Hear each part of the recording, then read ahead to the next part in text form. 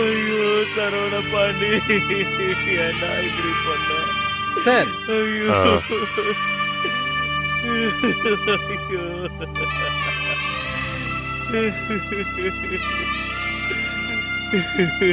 சரவண பாண்டி,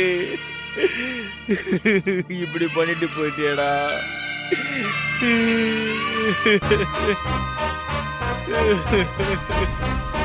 ஐயோ சரவண பாண்டி, ஐயோ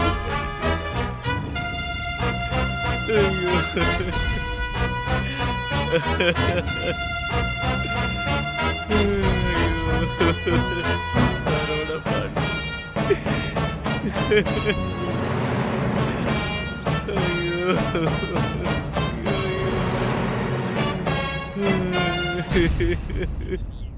ஏய் எந்திரி.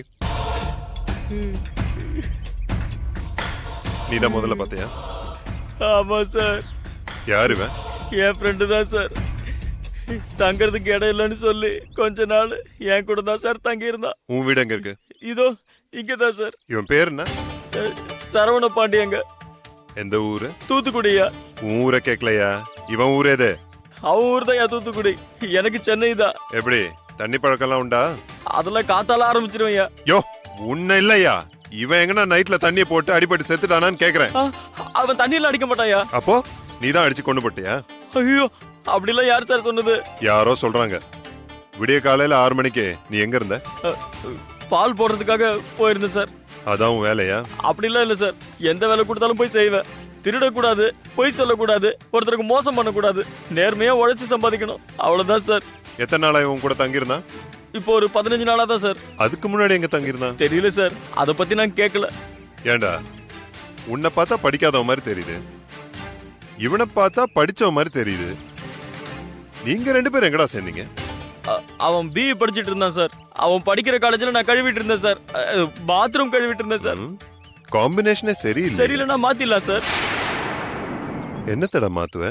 ஏதோ காம்பினேஷன் சொன்னீங்களே, அதை மாத்திக்கலாம் சார். உங்ககிட்ட போய் இங்கிலீஷ்ல பேசின பாரு, என் புத்தி அடிச்சுக்கணும். இவன் ரூம் எங்கடா? இதான் சார். போ. உள்ள வாங்க சார். இதான் சார். அவன் பேக் எதுடா? பேக் எல்லாம் இல்ல சார். சூட் கேஸ் ஏதாவது? இல்ல சார். அப்புறம் எப்படி 15 நாள் இங்க தங்கினா அவன்? சும்மா தான் வருவான் சார். வரும்போது எனக்கு கொஞ்சம் சரக்கு கொண்டு வருவான். ஓ. நானும் அடிச்சிருவேன். அவன் இங்கேயே படுத்துக்கிறான்னுவான், நானும் சரின்னு சொல்லிடுவேன். குடிகார கூமுட்டை. நேத்து நைட் எங்கடா இருந்தாவன்? என் கூட தான் சார் படுத்துட்டு இருந்தான். அப்புறம் எப்படி அவன் மட்டும் செத்தான்? அதான் சார் தெரியல. நேத்து ராத்திரி கூட அவன் லவ் பண்ற பொண்ணை பத்தி ஏதோ புலம்பிட்டு இருந்தான் சார். நான் போதையில இருந்தேனா, அதான் சரியா கவனிக்கல. இல்லைன்னா அவனை சாவ விட்டுருப்பா சார். லவ் பண்ணானா? யாருடா அந்த பொண்ணு? இது வருங்கய்யா, அவன் அந்த பொண்ணு கூட எடுத்த போட்டோ இங்க இருக்கு, எங்கேயோ வச்சானே. இந்தாங்க சார். இந்த பொண்ணு யாரு? அந்த பொண்ணு பேர் கூட ஏதோ சொன்னான் சார். என்னமோ சொன்னானே சார். இந்த லெட்டர் அந்த டெட் பாடி பக்கத்துல கிடந்தது சார்.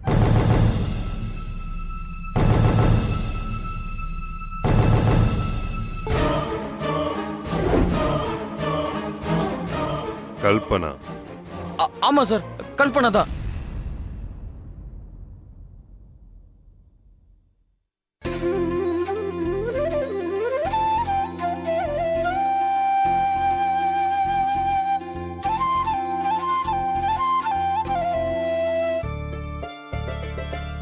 கல்பனா?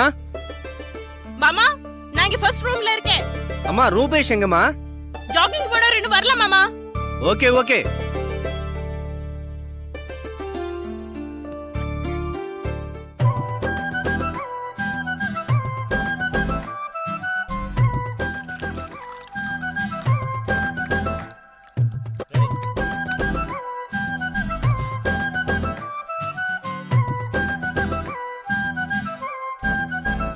கல்பனா? மாமா உள்ள வாங்க. இந்தம்மா காஃபி. இறங்கு, பார்த்து இறங்கு. ம் மெதுவா மெதுவா மெதுவாம்மா. ம்.